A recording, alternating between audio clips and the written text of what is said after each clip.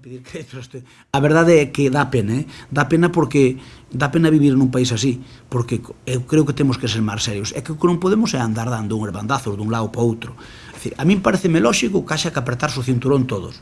Ahora, hoxe dicindo unha cousa, mañá porque hai presión, cámbioa. Pasado podo volver a cambiar, e que así non das traballado. Así valorou este martes o alcalde de Lalín os últimos anuncios do Goberno Central que primeiro advertiu que os concellos non poderían pedir créditos a partir de xa e logo ampliou o prazo ata xaneiro de 2011. Crespo cree que é unha medida inxusta e discriminatoria porque os concellos representan a mínima parte do endebedamento de España.